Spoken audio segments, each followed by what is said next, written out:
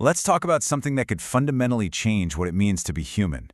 The idea that living to 150 isn't just a fantasy, but something that's right around the corner. The biggest question, though, isn't how we'll do it. It's who will get the chance. Let's dive in. The source material for this whole explainer kicks off with this exact question. It's a heck of a question, right? It's designed to make you just stop and think. Because the tech we're about to explore is aiming to do something pretty close to that.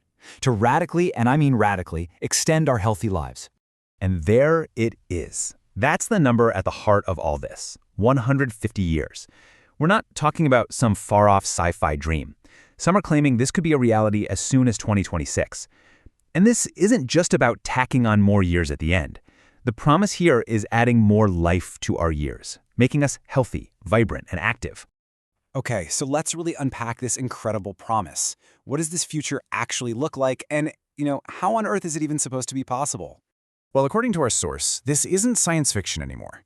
We are apparently on the verge of, or maybe even in, an era of superhuman longevity. The whole idea is that we can use technology to just push right past our natural biological limits, to literally engineer a state of long-lasting health. So how? How do we get there? The answer, it seems, lies at the intersection of two huge fields, artificial intelligence and biology. The key piece of the puzzle is this thing called generative biology. Now, think about it like this. If our DNA is basically the source code for our bodies, then aging is what happens when that code starts to get buggy and full of errors over time. Generative biology uses AI to act like the ultimate coder, to go in, find those bugs, and literally rewrite your personal health code in real time. And here's how that process would actually work. First, an AI gets to work designing what the source calls eternal proteins. You can think of these as tiny, custom-built biological robots. Their one job? To fix something called chromosomal instability. See, as we get older, our DNA gets damaged, kind of like a rope that's fraying. These proteins are designed to go in and weave that rope back together, stopping our cells from getting old. And the final step, cellular aging, just stops. And just so you know, this isn't just some theory. The source points to real tech, like Google DeepMind's AlphaFold as the tool that's already designing these proteins right now.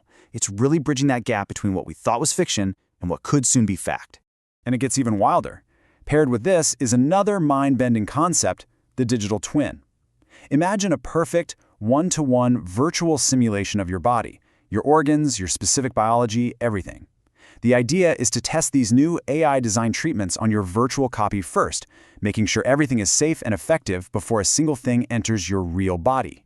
So when you put all of this technology together, what do you get? Well, it's a complete paradigm shift for medicine. We'd go from treating diseases to preventing them before they ever happen. Just imagine a world where we don't just manage chronic illness, we eliminate it. Where things like cancer and Alzheimer's can be targeted and stopped before they even have a chance to begin. It's a truly transformative vision. But, and this is a huge but, with a promise this big comes a question that's just as big. And this is where we shift from the science of how to the society of who. This right here is the absolute heart of the issue. If we actually unlock the secret to a healthy 150-year life, who gets the keys? This is the moment the incredible technological dream smacks right into a very, very complex social reality. So we're basically looking at two completely different paths forward. On one side, you have this utopian dream, right?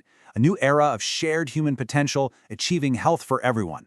On the other side, though, you have the ultimate nightmare, a permanent biological class system. This is the debate. Tech optimists say, don't worry, the cost will come down, it'll be like smartphones, everyone will have it. But social justice advocates are raising the alarm. They're worried it'll create a new, almost immortal aristocracy, strain our planet's resources, and completely break our economic systems around things like retirement. I mean, how could any government even begin to regulate this stuff to keep it fair? And all of this massive societal-level stuff, it eventually boils down to a really personal question. Beyond all the ethics and the economics, what does it mean for you? So, let me ask you directly. If you had the choice, right here, right now, would you take it? Would you choose to live a healthy, active life to 150, even knowing the profound, maybe chaotic, changes it would bring to the world? It really forces you to weigh your own desire to live longer against the huge challenges we'd all face together. The source for this explainer, an outlet called CollabGenerate, definitely lands on the side of the optimists. They believe this future is closer and much younger than we realize. But that choice, between what's best for the individual and what's best for society, that's a choice we might all have to make sooner than any of us imagine.